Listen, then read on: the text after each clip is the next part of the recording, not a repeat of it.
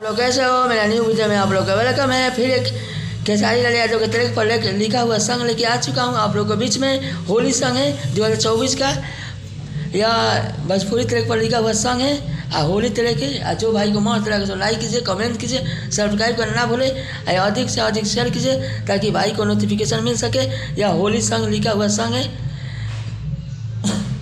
यह पूरा सॉन्ग को आप लोग इस गाना को लाइन बाय लाइन आप लोग को सुनाते हैं। और मस्त लगे तो भाई के लिए लाइक कीजिए, कमेंट कीजिए, ऑफिशियल बबलू विजुअल के चैनल को शेयर कीजिए ताकि चलिए आप लोग इस गाना को मुखरा सुनाते हैं। सबसे पहले होलिया में देवरा भौजी के गाल लाल कोइले बा, यहाँ दो बगान है।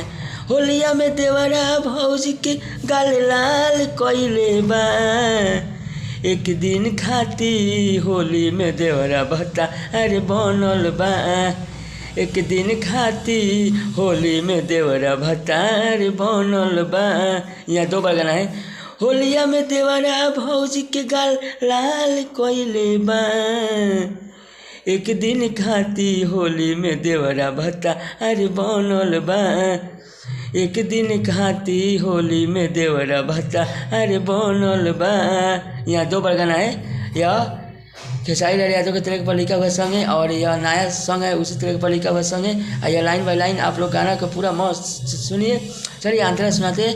अंतरा आप लोग को मस्त लगे तो लाइक कीजिए, कमेंट कीजिए, सब्सक्राइब करना भूले।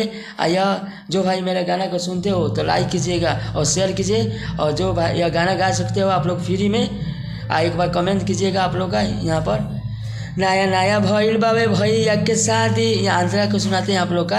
नया नया भइल बावे भैया के शादी, होलियों में देवरा करत बावे अति, होलियों में देवरा करत बावे अति। यहाँ दो बार गाना है।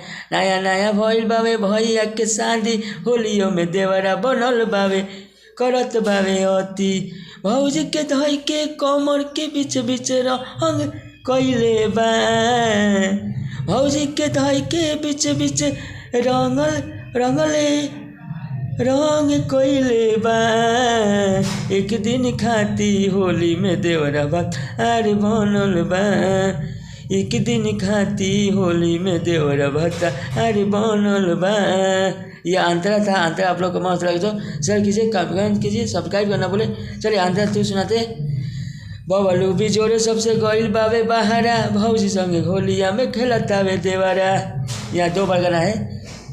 बबलू भी जोरे सबसे गइल बावे बहारा, भौजी संगे होलियों में खेलतावे देवरा, दाएं बाएं छोड़ के धोरी के लाल कोइले बा, दाएं बाएं छोड़ के धोरी के लाल लाल कोइले बा, एक दिन खाती देवरा होली में भतार बनल बा, एक दिन खाती होली में देवर भतार बनल बा। चलिए अगला वीडियो में आप लोग का वेलकम रहेगा। फिर एक होली सॉन्ग धमाका सॉन्ग लेके आऊँगा आप लोग के बीच में। जो भाई मेरे गाना को सुनते हो तो शेयर कीजिए भाई लोग, क्योंकि भाई आजकल व्यूअर कम आ रहा है, इसलिए भाई सपोर्ट करो आप लोग। बहुत गरीब हूँ हम, आप लोग सपोर्ट कीजिए, शेयर कीजिए ताकि भाई को नोटिफिकेशन मिल सके।